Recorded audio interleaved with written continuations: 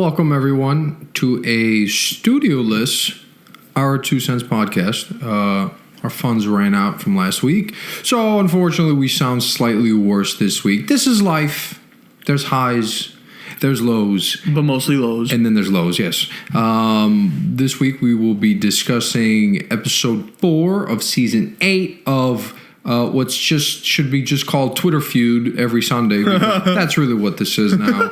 No one's really watching anymore. We're just watching to just argue. So we're going to talk Game of Thrones, last episode, The Last of the Starks. I'm going to chit-chat about it. Obviously, spoil it, so if you haven't seen it, go see it and then come back because it's on HBO Go, so it's easy watch. Everyone has HBO Go. Everyone knows somebody who has HBO Go. That's true. So, good point. That's enough, right? That's all you need. Hey, good point, Mir. Yes. Oh, thank you. Good, sir. All right. It's just me and Chris this week. Huge.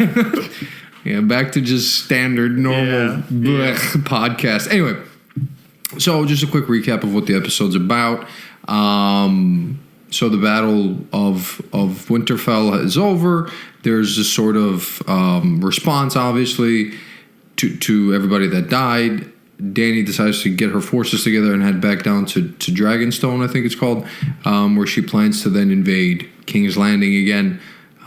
She's trying to be careful and not just go in sort of hot-handed because there's civilians now in the Red Keep. This is a Cersei sort of strategic move. John heads out with another portion of the army, I think, in another direction. I'm not exactly they all split up in like 3. I think he's with them. Yeah, thank you for putting ice in your mouth while we're recording. I appreciate you taking this seriously.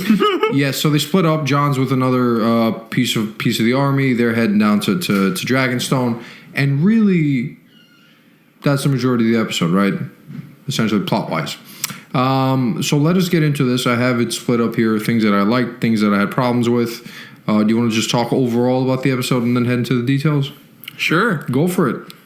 All right. Go for it. Here we go. Yep. Michael Phelps. Go for it. Going right in. So I enjoyed this episode greatly. I thought it was a return to form for GOT. Okay. It felt very old school Game of Thrones.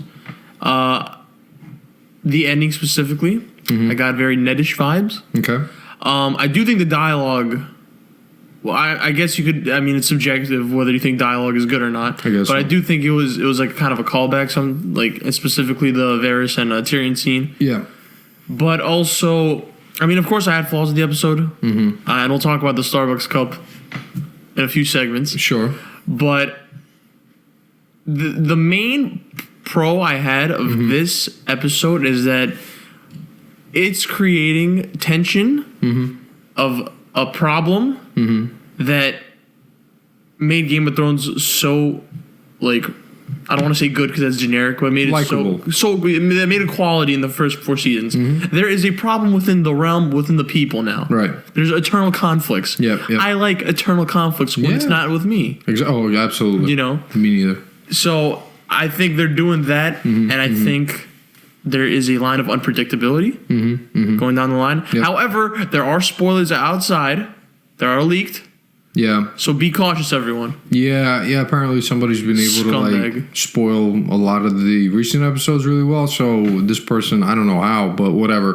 Just keep an eye out. Yeah, overall thing with me was, so I'm glad I had the chance to marinate with this episode for a couple of days because I really didn't know how to feel coming off of it. There was stuff I liked, stuff I didn't like. My initial reaction was this episode was going to be rough because of the previous episode. Simply because I think every time we've had a big battle, it's always been in episode 9, and then episode 10 has been willing to leave on a cliffhanger-ish. Yeah. Right? So I think this is the first time where we're following up a big battle sort of and trying to bring everything back into perspective. So in terms of that, I thought he was going to have a rough time because to narrow the perspective again from what it was to what it now is, I think required more finessing than what they did. And at the end of the day, it felt a bit unsatisfactory how quickly we moved on from episode 3 to episode 4's happenings. There's some character decisions that I think are questionable. Oh, There are some characters that stay true to themselves, which is great. There is a, how do I say it? There is a unforgivable amount of convenience that is consuming this show now. it's so bad. Not the show, the Yeah. convenience element. It is so bad. It is getting to the point where I'm starting to see that I don't know why the decision was made for 6 episodes. I don't know why the decision was made for 8 seasons. I don't know. I guarantee you both decisions were not made from a creative standpoint. So it's just theory. I have no idea what the theory is. It could easily be HBO saying we got to move on with our other shit. I don't think so. You know what I think it is? I think it's because David and Dan, the creators of the show, they have Star Wars. So it could be kind of a sense of moving on to other projects. Yeah, whatever it is not because of a creative decision that somebody said it'll be better if we make it 6 episodes and only 8 seasons. Yeah. That's what I will go to my grave sticking to. There's some backstage politics going on. 1,000%.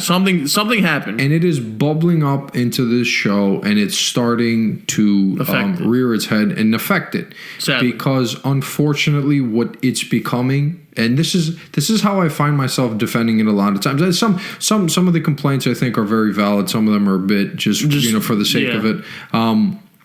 But I constantly find myself defending it because. Not constantly defending it, but I find myself defending it in the manner in which I'll say, well, they did it to do X, right? Mm-hmm. They did this in order so this could be the case, right? Mm-hmm. Now, if you can't transition between important scenes and between important plot points effectively, it means that you're not really letting a story grow organically. It means you're trying to hit, we need to hit this, we need to hit this, and we need to hit this. How can we get from A to B to C? Now, a really good show, a really good movie, you can't tell. Mm-hmm. You can't tell when you're transitioning from one important scene to the next. This episode is full of that shit. Like, when a thing happens, you're like, oh, okay, so they did it just so this could happen, right? Because it doesn't necessarily happen organically. It doesn't happen organically. And so the Euron moment is key here. We'll talk about Euron. Is like a prime example of this. Like, you needed Dany to lose a dragon. So what do? We have Euron show up and take one out. I'm not necessarily too lost in this how they took the dragon out. Fine. I took a dragon out. That's not that crazy, right? Because they've shown to be vulnerable to these catapult things, whatever they are. Because they can't see anything below them, God forbid. Yeah, I mean, they're that high in there. Yeah, it's just I'm getting fatigued now from number one, the show's clumsiness. Dude, it's OD clumsy. It's very clumsy. I'm getting fatigued from the show's clumsiness, and I'm getting fatigued from just the sheer amount of noise the show is generating outside of itself. I mean, sheesh, man, if if you got time in your hands and you're a Game of Thrones fan, it's the golden era for you, because there's articles up the wazoo. Every week talking about every aspect of the show, man.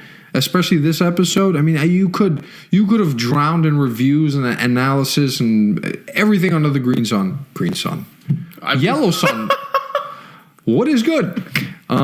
So yeah, I mean, that's my general stuff. I don't want to get into the specifics yet. I gave away a couple of my points, but no, dude, it's exactly what you said. It's too popular now, and I feel like even the good moments, I feel like there's watered down. It's like somebody's trying to copy season 4, and they're like, okay, how do we copy this part from season 4?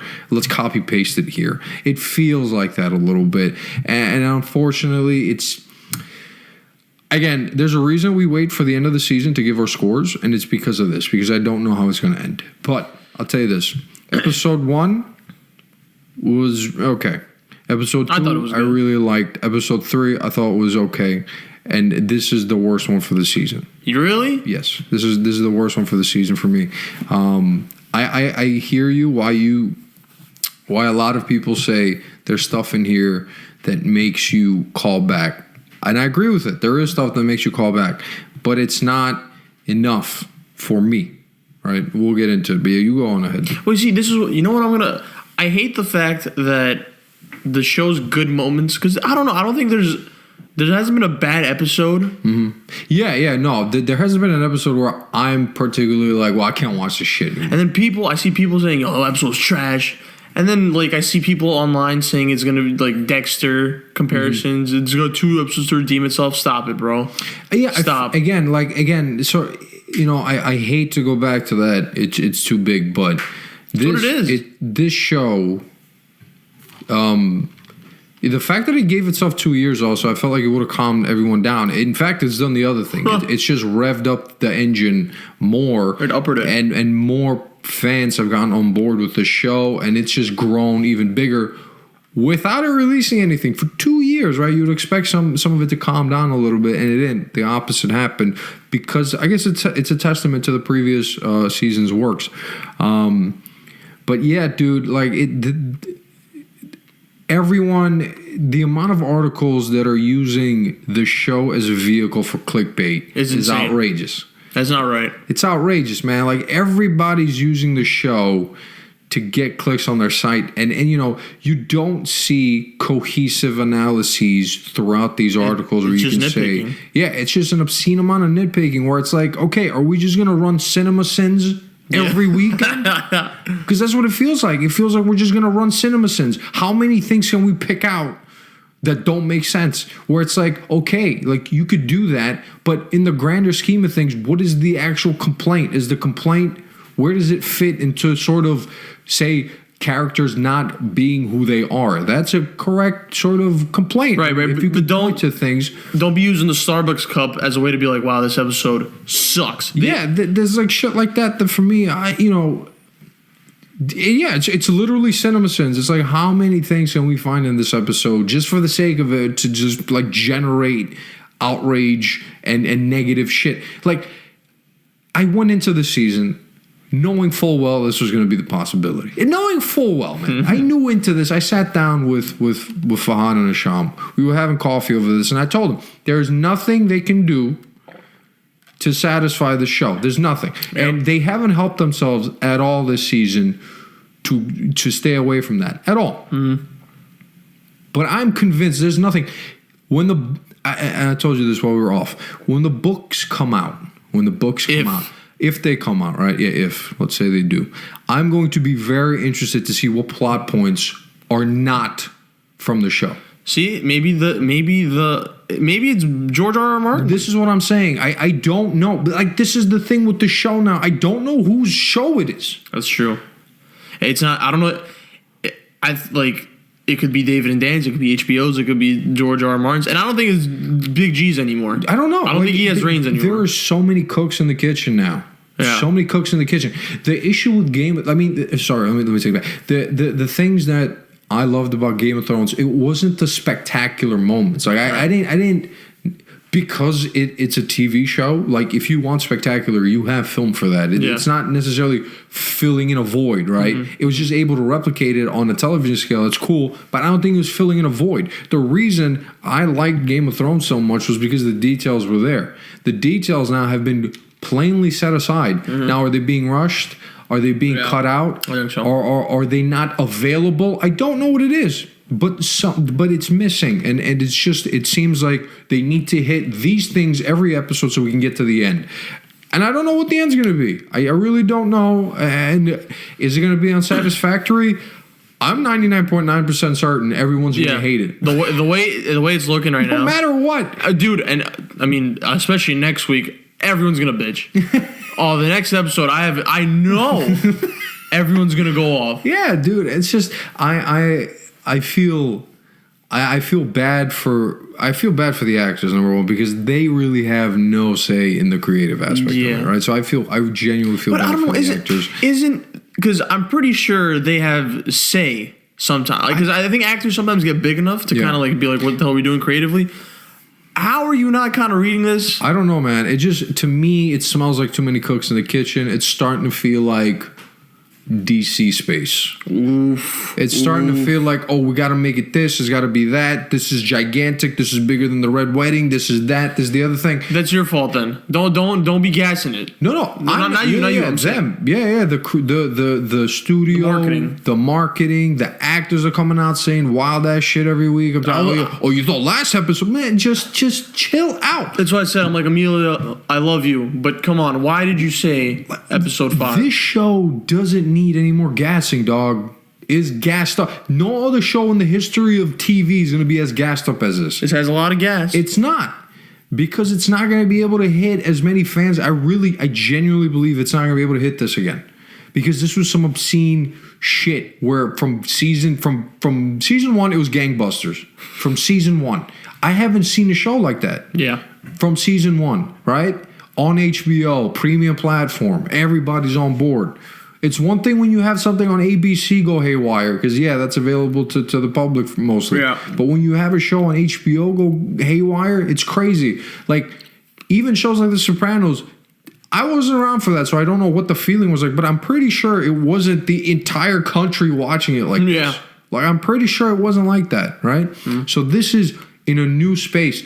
And I just hope that future TV shows learn from its mistakes. That's the only thing I can hope for, and learn from its missteps moving forward. Because if another show does get this big, I'm literally worried every time I'm watching Sunday. I'm like, okay, please don't suck. Like, I'm not even watching it to enjoy it anymore. I'm watching where I'm like, okay, just don't be shit. All right, just don't be shit. And I had this exact same feeling with Marvel when I went to watch Infinity War, and then when I went to watch Endgame. Yeah. There's a worry now. There's a stress. There's a stress that you're like, shit, what if it sucks, right? And it's not necessarily that I'm going to hate it. Like, if I end up hating it, I'm like, cool, fine, that's just a me thing. But it's like, if the public space turns it into a thing, right? And it feels like it's happening with this show. It's happening. It's now damaging whatever I want to feel about it, right? Yeah. Some of it's valid, some of it's not valid. So I mean, let's get into some of the details. Yeah, that was. So I need to get it off my chest. No, I think we're going to talk more about this at the when we discuss the finale episode. Yeah. I mean, it's probably going to come back up again next week. Yeah. And then obviously once more for the finale. But yeah, you go on ahead. Okay, so I'm gonna let me start off with some positives. No, let me go negatives because I like ending with positive vibes. Sure. So there is an element of ABC familyness to this, and I hate to bring that up, but when did Game of Thrones become a game of telephone? I don't know. Keep a secret. Don't tell this. You got to swear not to say. I'm like, all right. Yeah. I'm not saying it's a bad thing. Yeah. But first of all, Sansa stooged it off mad quick. That got me insanely mad. And I think, we're just doing this for the sake of, let's hurry it up. Yeah. Because then Tyrion finds out, then Varys finds out. Yeah. I'm like, who are we trusting now? Yeah. And then Sansa kind of is hypocritical. Mm-hmm. You're being the queen of Winterfell, if that's what you want to become. Mm-hmm. Keep a secret. Keep your mouth shut. Right. I mean, that's a little harsh. But yeah, and I was just like, well, why is this happening? And then John's like, yo, you got to swear. I'm like, there was something off about that whole scene to me. Mm-hmm. I mean, I don't know if because a lot of people were kind of mad at the memes that came out. And the people are mad at the fact that we didn't get to see the reactions from it. And the only thing I will say is I was fine with that. I'm on the fence because I think something was said there that we didn't think was going to be said. So it's one of those things where the magician is sort of hiding his hand behind his back while he's doing the trick in front of you with his other hand. Now, unless this doesn't get brought up next episode, I'm guessing, because it's not getting brought up in episode 6. This is mad shit. So unless it's explained what the hell was said in front of them, then this is a complete cop-out, I feel, because I think it was necessary. It was a great character moment to have the sisters react to the news that he's a Targaryen, which is kind of massive, right? Yeah. I genuinely suspect Bran either twisted the story or he said more than we have been told. Yeah. If neither of these are true, sheesh. Why the cutout? I don't know, man. I'm telling you, there was something off about it. Yeah. It's 8 seasons of 2 because that's when it was revealed.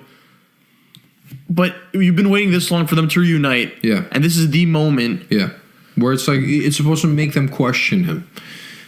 And then And you don't get that. you don't. You don't get that payoff. Dude, and what they are not using Bran to the full extent that they should. I don't even know what Bran's doing, dog. I genuinely don't know what he's there for. He has like 3 lines an episode. Doesn't really say much. Doesn't really explain much. If he's there for exposition, there's no exposition for It some has of this to be. stuff. It has to But be. there's nothing there. Unless this show ends with Bran just explaining. Bran telling Sam to write down this story and he's word for word explaining shit. Well, no, I don't know. Because now we got to find out what Bran said. He told Tyrion some sus shit. Yeah. And then it's also what the hell was he doing when the Battle of Winterfell was happening? Like, yeah. There's a bunch of stuff that Bran needs to explain what the hell he was doing. Like Bran, we need one like really long warg session yeah, that's to like tell us what went down. I really don't know. Again, I'm very tentative with what I'm saying because there's room for them to do it, but that window is closing down. Because you got 1 episode left. Because I don't count next week. Because You don't have time next week. I don't know what's happening. I hope that next week Cersei's dead by the end of next week, so we have an episode at the end to clean up whatever nonsense it is. Yeah, I can't have Cersei alive going Are into we the at last this point where the episode. finale's got to be a cleanup episode? I can't because there's nothing else. I really don't know how else you can give a satisfactory. I'm being very particular with that choice because it's not going to be excellent. We've moved away from excellent. It's going to be now satisfactory for an ending. Yeah. That's what I'm expecting from what I've seen so far. Yeah. There's no reason for me to expect an ending that's going to be like, oh yeah, that's that does it for me. It's fantastic. Blah blah blah. It's not going to happen, and I've toned it down. Mm-hmm. I was willing to accept it last week because the battle doesn't put the characters in a position to make decisions where the characters are sort of go against their nature. Yeah. This episode has a few of that, and that's where I get upset. Like the reason. You heard me talk about it. The reason last week why I was okay with a lot of people living was because I wanted them to be put in positions where they had to make decisions. Yeah. When you make characters make decisions, that's when you have moments of television that are worthwhile, right? Mm-hmm. But when they make decisions that don't make sense, it's a waste. It's a waste. Yeah. It's a waste. So yeah, I'm gonna pick up right on that. And I'm gonna talk about Brienne's character because there's this thing where with her relationship with Jaime, I wanted this relationship to be a completely platonic one, where they just love each other because 2 people love each other. Mm-hmm. And circumstances kind of divide them a little bit. I didn't want this to get romantic. I really didn't because it doesn't. Maybe it's a me thing. I can understand how we got to this point where it is romantic. I can understand that. All right. The thing I didn't like was like this bullshit. Oh, he's not in bed. Oh, he's at the door staring at the door, and then he leaves. Like, really? Are we rom-comming this right now? That's what we got ABC Family-ish to We're this. like rom-comming this, and then he leaves, and she steps out, and I understand she's cried before for Renly, Yeah. right? When Renly dies, she does cry, so it's not like this is the first time we're seeing Brienne cry for a man she loved, right? And I think it's good to know that the love isn't just sexual, right? There's more to this love that she has for Jaime. It's not just sexual, right? She's seen him at his lowest point. She's seen him at his highest point, right? So I can understand why there would be feelings there. And I can see why Jaime would reciprocate it, right? Because this is somebody not like Cersei, right? And the fact that he's willing to be able to stay with someone like that is cool, right? Fine, great. It just didn't fit the character for me. Like that straight up bawling. She didn't need to straight up bawl, dude. You just look like a little sniffle, sad. sniffle. You could have been sad and I would have been fine. Like I got it. I got the point. But the fact she sort of breaks down, I don't know, man. Like it didn't fit for me.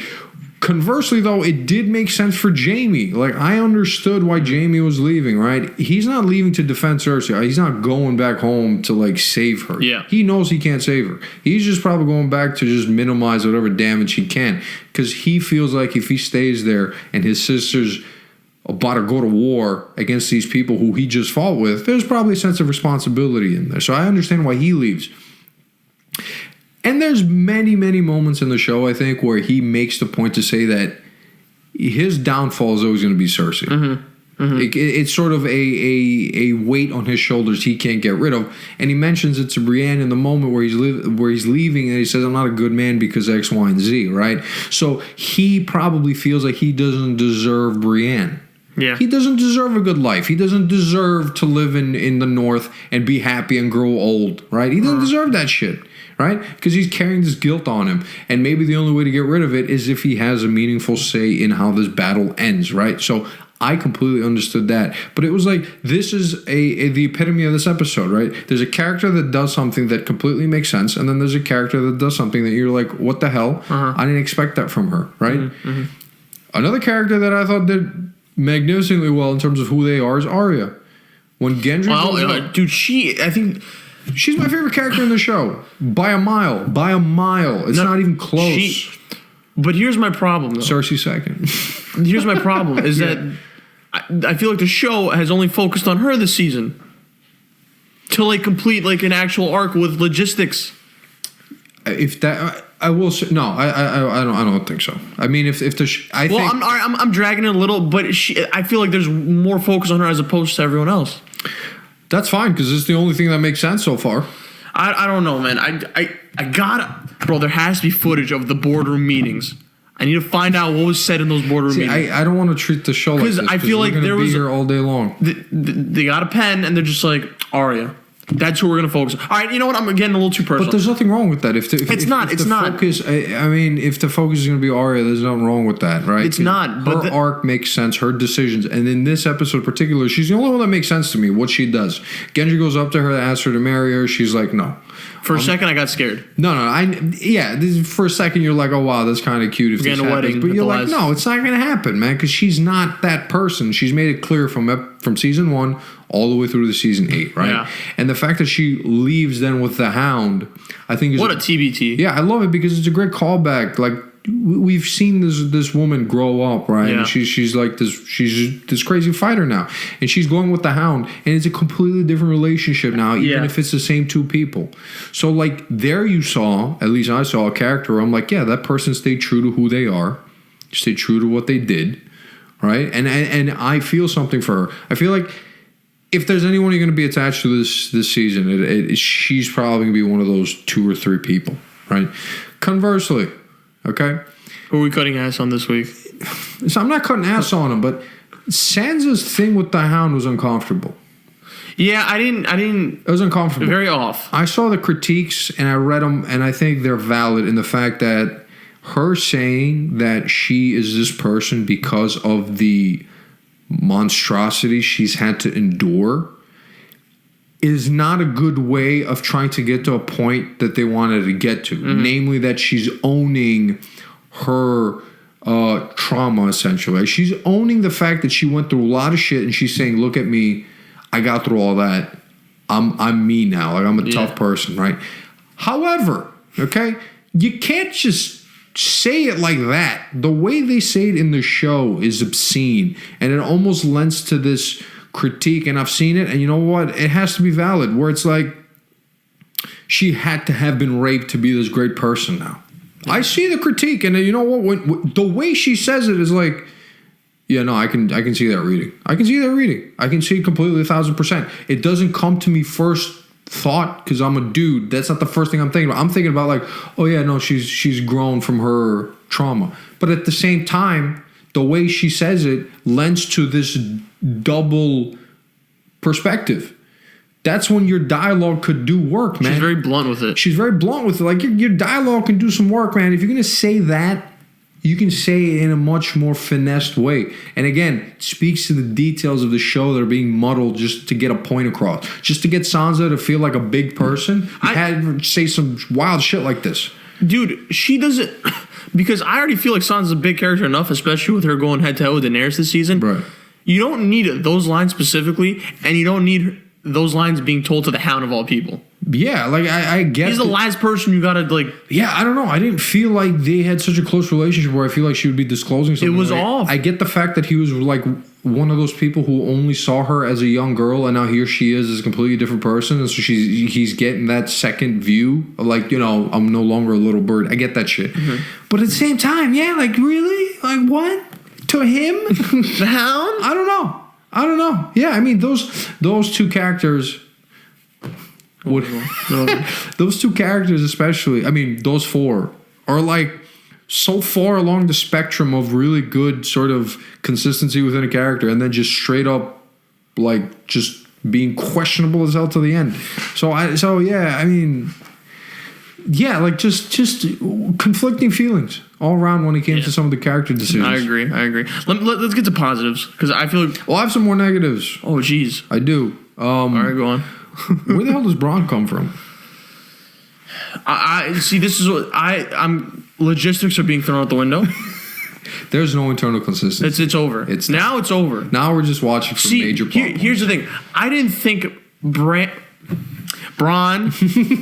I didn't think his storyline was big enough to like wait till the end. Yeah. You know, I kind of like the fact that they kind of addressed it at this episode. Yeah. Because I'm like, all right, because then a bunch of stuff's gonna happen. Yep. And then he's gonna pull up at the last episode and be like, oh, I forgot about this. Yeah. You know, so Yeah. I'm kind of glad they got this out of the way. Mm-hmm. How it happened, I don't know. I do love the interaction between all three of them. Yeah. I think it's great. Yeah. But convenience. There's just there's the hows in this season. This episode anyway. Like again, last episode I was willing to. Well, two episodes ago now, I was willing to forgive it because of the nature of the episode. Right, it was going to be this gigantic battle, so I'm not going to sit there and go, "Hey, yo, why isn't that trebuchet closer to the castle?" Like I don't care. Like I don't care. That's not important to me. But this is now because now the consequences of the hows explain some of the character motivations and like character. He's pulling up with a weapon. Dialogue, and that weapon is like half his size. I mean, Winterfell is just. I mean, the memes are hilarious. Where's the security of Winterfell? There's dog? no security, dog. I mean, then again, Arya walked in. She got the two. Remember, I think it was. Yeah, was it this season? What are you talking about? I think it was season What? 7 or this season when Arya goes to Winterfell for the first time. Is it this season? Oh no, it was last It season. was last season. Yeah, she goes up to the guards. The guards are like, "Who are you?" And she's like, "I'm a Stark." And then they start bickering, and she just walks in. But well, okay, Or she walks away from them. They tell her to like, "You sit here," and then they argue. Then she disappears. I'm like, "Oh, we're doing that now? Okay, all right." I mean, but then again, Arya though her character like I guess fits that, right? Yeah. she's quick. she's a very Batman-esque type movements. Yeah. So whatever. But I don't know. I'm not gonna think about this. We're going from Dark Knight to Rises. Yeah. Wow. We're making the transition, and it's showing, and it's just go next negative. You're on. Okay. You know what? I'm gonna bring him up because I got some notes about Euron. Good. So, is it Deus or Deus Ex Machina. Deus Ex Machina? Yes. The epitome of that. Oh yeah. See, here's the thing. I was looking at Euron, and season 6 is when he pulls up. Terrible. And just when he started, I hated it. Well, I did think the bridge scene was cool. Like, Dude, it made no sense. How is he showing up the first time in this show? Bro, I told you I gave up on logistics, dog. I gave it up. But this is at the point where I was giving it a pass. Yeah. Because I was so fresh off the first 4 seasons being good, really good, whatever. So this guy is just straight villain. Straight villain. He's like a black and white, mischievous, mustachioed villain. Yeah, and so that's all that's curse me, missing. man. Yeah. That's what Euron is. Dude, he literally sounds like was a Skeletor. He looks like a Skeletor-esque villain. Dude, so this is what Curse you, Danny. It's just he's like someone said a dollar store Jack Sparrow. Dude, yeah. So I'm looking at Euron and how there's no redeeming qualities. There's no backstory enough for me to be like, I get. There's so not. then I like took some exposition about him being this crazy person, but that's it. I took it upon myself to do research. You did research. Yeah, so I went on Reddit. I guess this episode did lead to something good. I went on Reddit. That's not research, Chris. Reddit isn't research. It's my hold up. So a Reddit user named Vanizin. I don't know. I'm just whatever. That's his name. Oh, you're gonna read the paragraph? He gives context to Euron, and he gives me Euron's backstory because I didn't really know about Euron. Is this from the books? It's from the book. Okay, yeah. From the book, he's very different. So apparently, in the book, he's OP. Yeah, like right? he's a straight up. I'm going to quote it. He's absolutely insane. He's not a grinning madman wannabe Joker-style villain. He's a calculating, cruel sea sorcerer who does absolutely weird shit. Yeah, he's a warg and all that. He's got septons, priests, and warlocks all chained up, and he does it as part of these rituals. Yeah. Right? He gets, like, in the book, he gets these, and this would have made sense in this episode. Right. He gets a dragon horn that could blind dragons. Right. And he also does like some ritual that allows him to kind of manipulate weathers. Okay. So that it could help him out in battle strategies. Right. Which would make sense in this episode because there's a dragon. Because apparently the dragons didn't see. Right. You got that high up in the air. They didn't see Euron. Could just give him the thing, yeah. And you could have just had the horn. They get effed up. Yeah. You use the weather or the currents, whatever, to like kind of like have Danny drag down. Yeah. Makes sense. And it kind of plays to his character. I mean, this is the thing. Like, this show is rushed. It's rushed. And I know in the first 4 seasons, it didn't feel like it. And I would tend to agree. No, I didn't feel like it was rushed the first 4 seasons. But what's obscene to me is looking back, we had long stretches of plot on shit that just was not necessary, i.e. Marine. Where, like, you could have used that time to build other stuff, man. Like, that whole... I don't remember anything from that thing. The only thing I remember is she learns how to fly. She learns that she's not a good leader. Tyrion becomes the hand. That's it. You know, I also... That's all that happens. Sir Barristan dies like a dog in the streets. Dog. Like a dog. That's all that arc was, man. You know, I'm also going to say this. When Arya becomes no one... Yeah. I think that was a little dragged on, too. It was dragged on. Like, there's a certain scenes with her keep getting beat up. I'm like, is there an end to this? Like, will this beating up At that point, I was like, okay, let's just get to it. Yeah, it was stretched. Dude, and then you compare it, like, anything having to do with the Iron Islands is garbage in the shit. Yeah. It's straight up is some of the worst arcs. I mean, Theon stuff, yeah, fine. That's fine. It's fine. Because Even that, the torture. How much torturing did we need to get the point that Ramsay is scum? Like, at what point are you like... I think we need some more. Like, and that's why I look back on this. The criticism of the scene with him and Sansa, completely unnecessary. Oh, yeah. We knew who he was. Do we need this? We don't. It's grotesque and it's over the top. It doesn't serve any more character development. He's already been developed as a shitty person. I agree. What the hell is this for? So Euron has no development, dog. He's just... Dude, the way he shows up to me is straight out of like... a Zack Snyder scene where it's raining, it's thunder. I'm here to take back what I want. Like that sort of shit, bro. I saw it, and I'm like, who the hell is this guy? Where's he coming from? How conveniently he meets the guy he needs to throw over, and he throws him over conveniently. And then he has a shouting contest with Yara over who controls the Iron Islands, and he wins. Okay. He gets baptized. The Iron Island soldiers are just the flimsiest bunch I've ever seen in my life. If you can convince them for 2 seconds that you're the right leader, it's over. You're the leader until the next person comes in to convince them otherwise. That's what it is. It's like the flip-floppy bunch. I don't know. I hate his arc. It means there is no arc. He's a straight shot. He's a straight shot. It sucks because from what I'm reading, bro, you could have done something with And Euron. he's there literally as just a joker in the pack whenever you need something wild to happen. You go, Euron's going to do it. And you're like, okay, all right. So he's the scapegoat. He's to do scum shit. I'm telling you, he's a joker in the pack. When you need something outlandish to happen without real reason, you have Euron do there it. He is. I necessarily didn't have a problem with the dragon dying like that. What I had a problem with is that logistically... It's It's 6 ships, right? How are you not seeing one? It's 6 ships. Okay? Oh, and by the way, couldn't she just fly up, right? You see, I don't want to do this. You're breaking the mics because we're gonna be here all day. If we do the what if, right? But I also love how no arrows hit her only remaining dragon. He literally dodged everything. I would have rather they hit like one on Rhaegal and he dies out of injuries than just like flat out gets assaulted by them. She could have just. Why didn't she just attack the ships from behind? What? They're not going to be able to turn in time. Oh. I don't know. I don't know the logistics of this episode. Again, it felt like we just need things to happen, so this is how they're going to happen. Because next week's apparently going to be a Royal Rumble. And then again, you're like, okay. there's a degree of which I'm willing to accept shit. There's a degree, right? Because this is a fantasy show. So there's some of it I'm just gonna be like, okay, fine, I'm gonna accept it, right? Right? Demons being born out of a woman, you accept, right? Fine. But even then, did it go anywhere?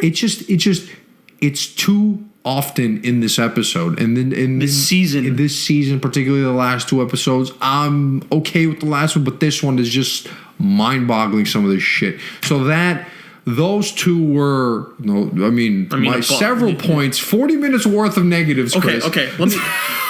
I need to get out of the negative zone. I need to go into the positive zone. Okay, let's do it. Because I did say in the beginning of this episode, I really like this episode. Let's do it. And it seems that I'm lying, and I'm not lying. You liar? No. Your pants on fire? So I thought the first scene was magnificent. I loved it. And I'm like, okay, this is how you started off. Yeah. Okay. I mean, John's speech. Yeah, Kit Harington can carry a monologue. Your criticism of John aside, he could. No. Mike, I told you this in the last episode. I said John is a great leader. He's a great motivational He's not a military tactician. He's not a military tactician. Neither is Daenerys. I've come to that point. Put that He's on a the trash. T-shirt. Yeah. Not a military tactician. So, I thought it was a great scene to start off. Then, I like that we're getting Jon versus Daenerys essentially. Right. So this I feel like never mind how we get there, but we're getting it. I mean, moving on. It's because there's a lingering rivalry. Yep. That's beneath Cersei versus Daenerys. Yeah. Because I'm telling you that's just like who's going to survive at that point. Yeah, the real rivalry is who's going to own the throne. I like the interlocking rivalries. Like we have Cersei and Daenerys, right? That's the most clear cut one, right? We have Sansa and Daenerys. Yeah, right? Like the sub rivalries. Right. Now we're gonna have Jon and Daenerys. We're also not gonna have to an extent Jon and Sansa / Arya, right? Because he's no longer a Stark. That should have caused some ruffling, although we didn't necessarily see it. Oh, who knows? Yeah. So we're getting different levels of this play back and forth, right? I enjoy that too. But yeah, go on. What did you enjoy? No, that was it. The sort of interlocking rivalry here, yeah. Yeah, and there's valid points to both of them. And I think the Tyrion and Varys scene is the best scene of the freaking episode. With Varys. Yeah, Varys and Tyrion. Yeah. Oh, by the way, the acting of this episode, I want to give a shout out to Emilia Clarke because obviously, this is her best one. Yeah. But this season, I feel like she's shown a lot of versatility, a lot of range, more than before. So GG her. Yeah. Love you, wife. And by the way, props to Grey Worm, and I'll talk about that scene later coming up. But yeah, no, those two brilliantly acted, but because you felt that Tyrion, he knows Varys is right. But he's fighting it so bad. Yep. And they both bring up valid points, but in the end, because Daenerys is turning to the Mad Queen. I've gotten to the point where I'm thinking it's Daenerys. Yeah. I thought it was Cersei before the season began, but now I know it's kind of Daenerys. Here's the thing. I'm gonna read you. I'm gonna read you something. Read me. And I love this. And this is me just herb as shit. This is the herbiest version of me you're gonna get, Chris. Oh, D. I'm gonna herb it up real quick. Oh, geez. Here we go. Don't you know that the love of honor and the love of money are despised, and rightly so? Therefore, good people won't be willing to rule for the sake of money or honor. So, if they're willing to rule, some compulsion or punishment must be brought to bear on them. Perhaps that's why it is thought shameful to seek to rule before one is compelled to. Now, the greatest punishment, if one isn't willing to rule, is to be ruled by someone worse than oneself. Mm-hmm. And I think that it's fear of this that makes decent people rule when they do. They approach ruling not as something good or enjoyable, but as something necessary, since it can't be entrusted to anyone better than or even as good as themselves. In a city of good men, if it came into being, the citizens would fight in order not to rule, just as they do now in order to rule. There it would be quite clear that anyone who really is a true ruler doesn't by nature seek his own advantage, but that of his subject. And everyone, knowing this, would rather be benefited by others than take the trouble to benefit them. So, I can't agree that justice is the advantage of the stronger, but we'll look at that another time. Whatever. This thing, okay, there's a quote, is from Plato's The Republic. Right? Did you search this up yourself, or was this like did some article leak No, into this? this is me being a herb, because this is that shit. Wow. Hashtag liberal arts degree. Wow. The book, That South Park. The Republic, yeah, right. So the Republic is written by Plato. It's supposed to be the conversations of Socrates with random ass people, okay? And it's meant to be how governing happens, right? So this quote, I think if I read the right quote, I think it's the right quote because I didn't get a chance to review this, but it is the right quote. It has to do with the unwilling ruler. Okay. So John. The best ruler is the one who doesn't want to rule. And that's what Varys says. Right. This show, that episode, that conversation is straight up, it's old school ancient philosophy of ruling. Right? Yeah. This is not mind-boggling. So when people come to me and they tell me, "Oh, yeah, I don't see Daenerys acting like the Mad Queen," no, she is the Mad Queen because she's not ruling for the sake of. She's kind of ruling for She herself. wants to rule. Yeah. Right. So she's not going to win this. Yeah. She's not going to win this. Right. You can critique how we got to that point, blah, blah, blah. I personally feel like, no, I think there's enough evidence here to show that she's got a mean streak in her. And the reasons why she's been sort of kept tempered is because the one positive she has had is she always surrounded herself with good leaders and she was willing to advise them, to hear their advice, rather, right? To an extent. To an extent. What's happening in the show so far? Those people around her are dying. Yeah. Your Jorah's dead, Sir Barristan's dead, Missandei's dead, right? Who left? It's Varys and Tyrion. Tyrion. And you don't trust Tyrion at this point. And she doesn't trust Tyrion. She has that look at him when she's with Jaime. When he's with Jaime. I didn't like that. That was sus. So she doesn't trust him. Okay, so we're left with Brienne and Varys. Varys makes his case known to her that I think you're making a mistake here.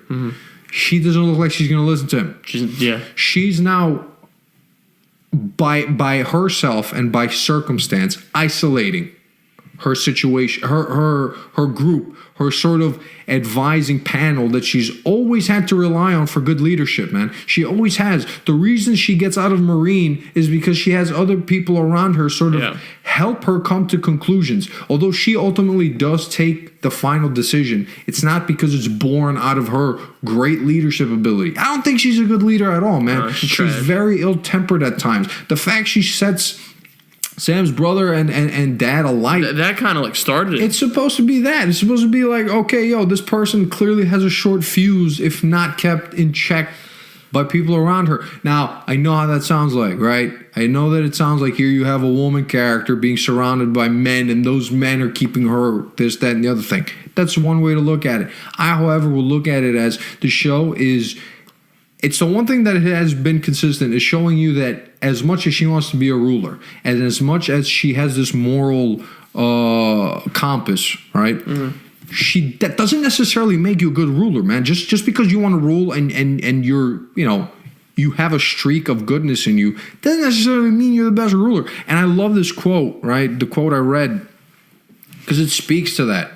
It speaks to that. There's an allegory of this too, where they talk about if you put everybody on if a city is a ship and everybody on it is sort of fighting to be the captain, none of them should be the captain. Yeah. The one who should be the captain is the one who doesn't want to be the captain, right? Because he'll take it as a responsibility, not as a goal, which is to be achieved. Yeah, good point. He'll look at it as like weight on my shoulders that I have to carry every day. Yeah. Dany doesn't look at it like that. See, Cersei doesn't look at it like that.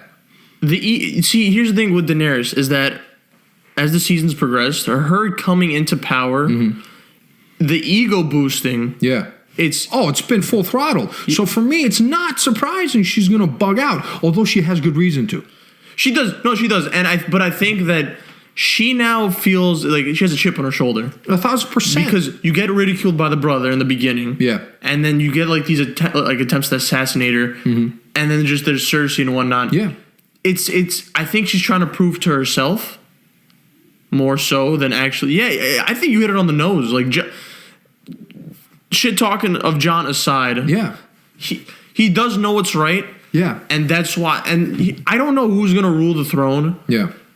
But yeah, I mean, you just changed my mind right here because I'm just like, how would Jon? Is Jon the best candidate? But if Jon is willing to look at the morality of everything. Yeah. That's gonna be, so this show builds on sort of that idea of the unwilling ruler, because it does speak to what Ned was. Ned was this person as well. Like, he didn't want to be the hand. Yeah. And he had to, because of sort of this responsibility, moral compass. right? And he does sit on the throne briefly because of responsibility, not because he chose to. Yeah. But where he fails is that he's not clever enough to understand that, okay, I know that I don't want to rule. Mm-hmm. I can't show that to everybody else. Yeah. Because if I show that to everybody else, that's a weakness, and I'm not going to be able to sustain whatever reign I want to sustain, right? Mm-hmm. Jon can't be that person because he already made the mistake. Mm-hmm. He dies because of it. Yeah. Right? When he's thrust into the arms of the Night's Watch as commander, right? Yeah. He has to suffer the consequences of his decision, the correct decision to bring the wildlings in, right? Mm-hmm. He is the ruler that's meant for Westeros, right? Varys says it. Okay, Tyrion knows it. He's not admitting it. Right.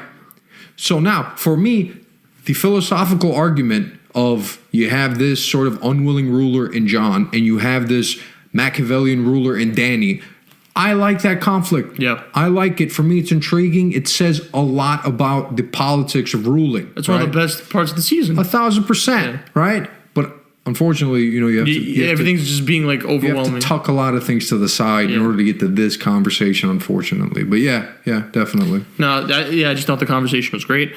I mean, I don't... All right, let's just get to the last scene.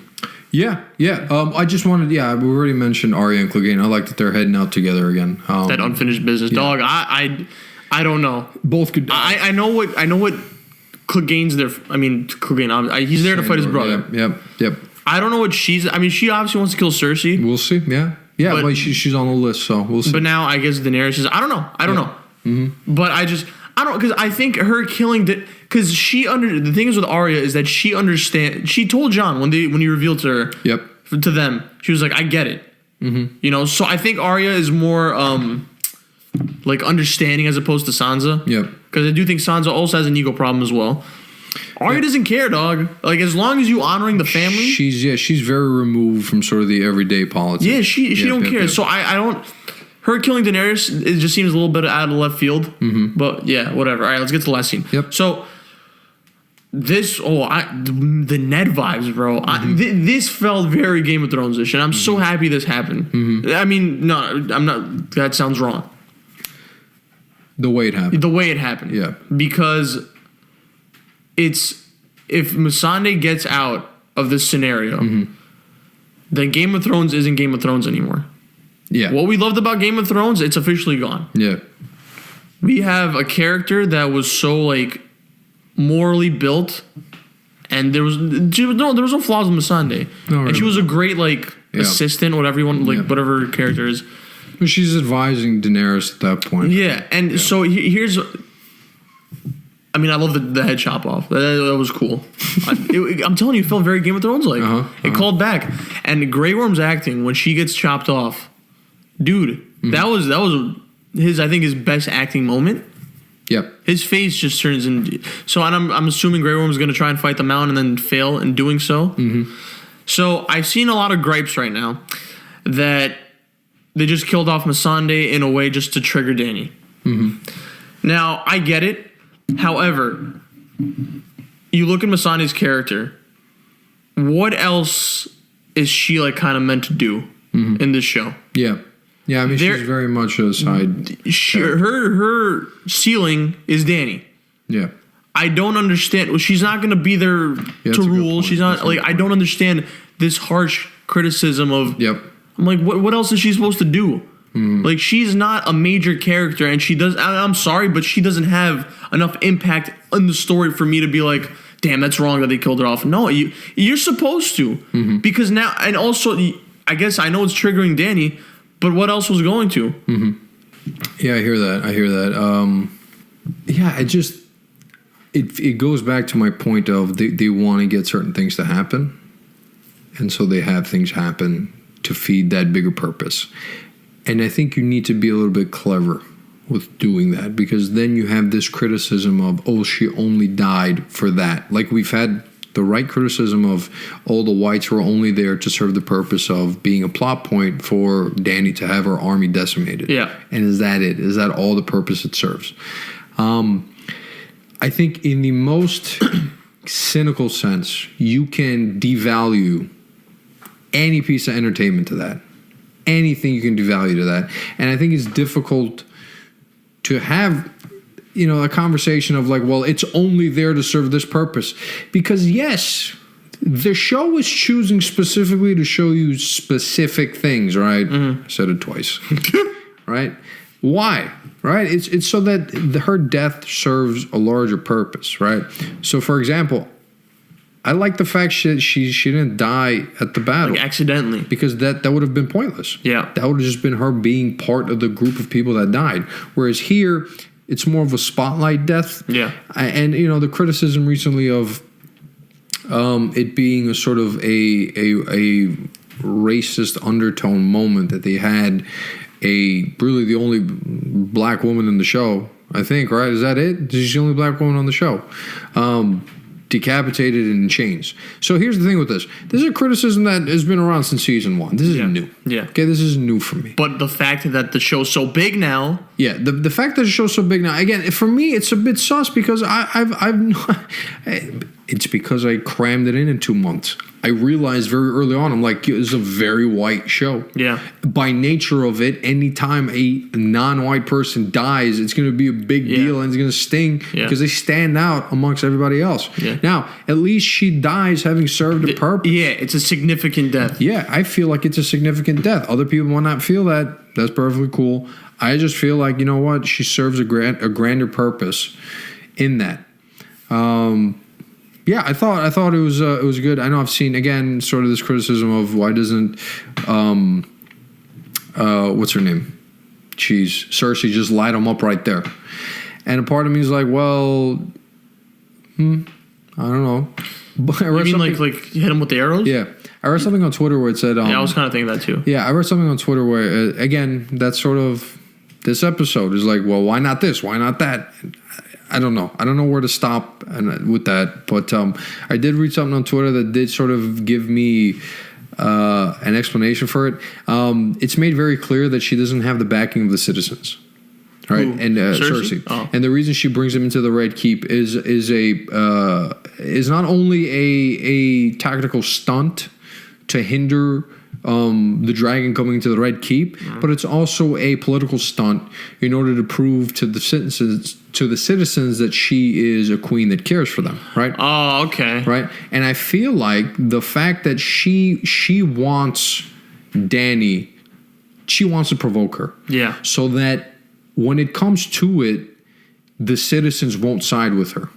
The people won't side with her. I like the little chess match going on. Yeah. And so for me, I did get a little bit of that clarification on Reddit. It's just unfortunate I have to go on Reddit to get these clarifications, whereas early on it wasn't really about that.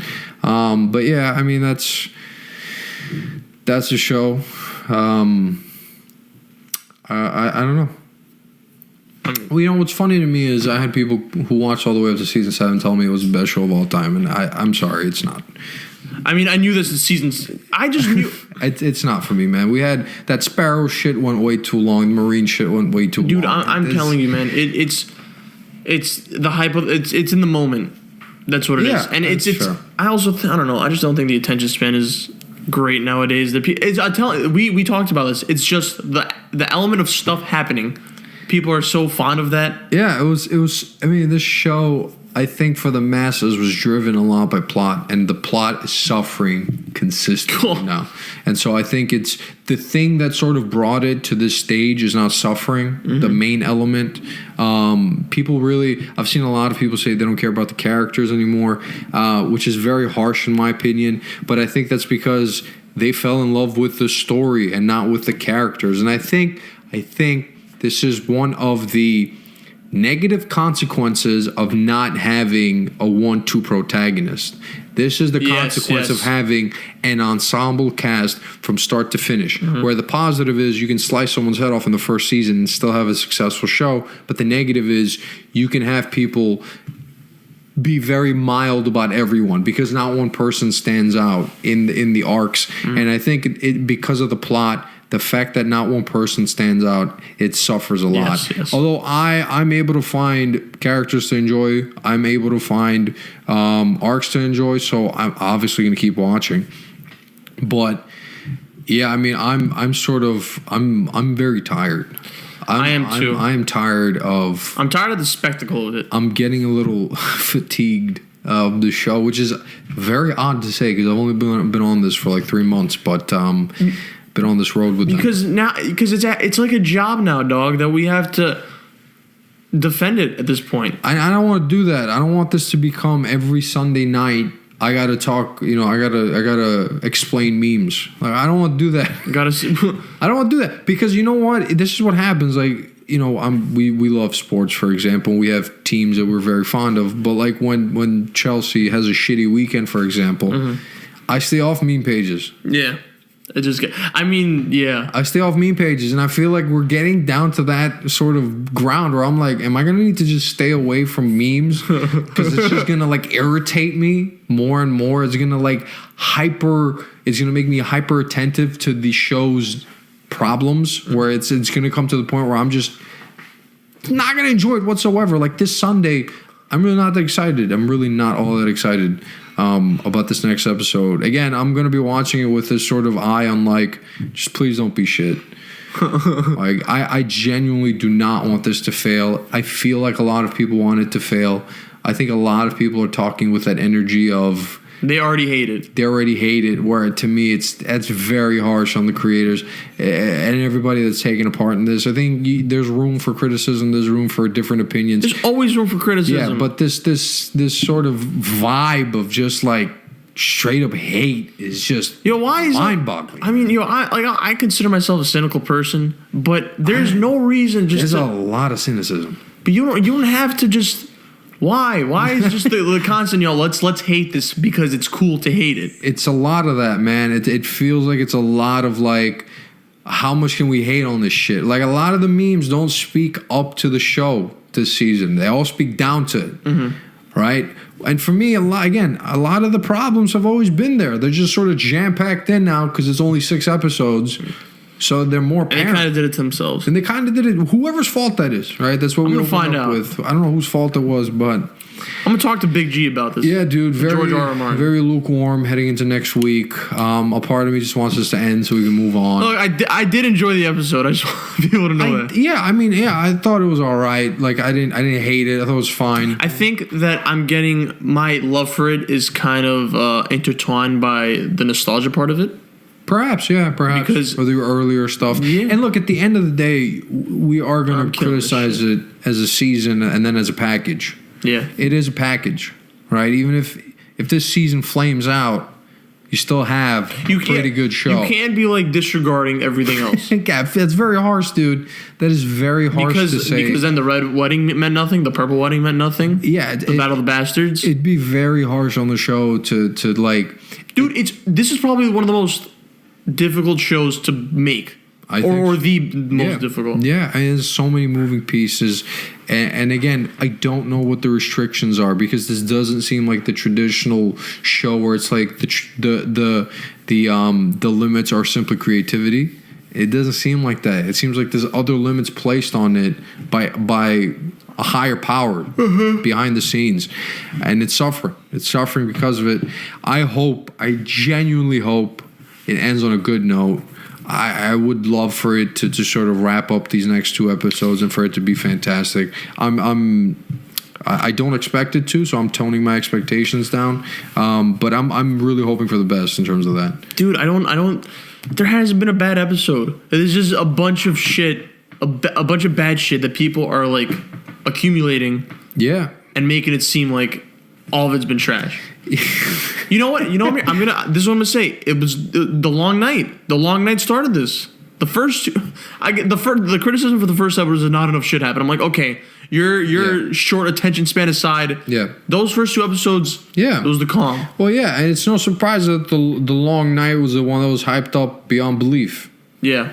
It's no surprise, dude. The correlation, dude. The last time something was as hyped up as that, and then it hit those expectations, was what? Infinity War. Oh, we're talking everything. Grand scale. Grand scale.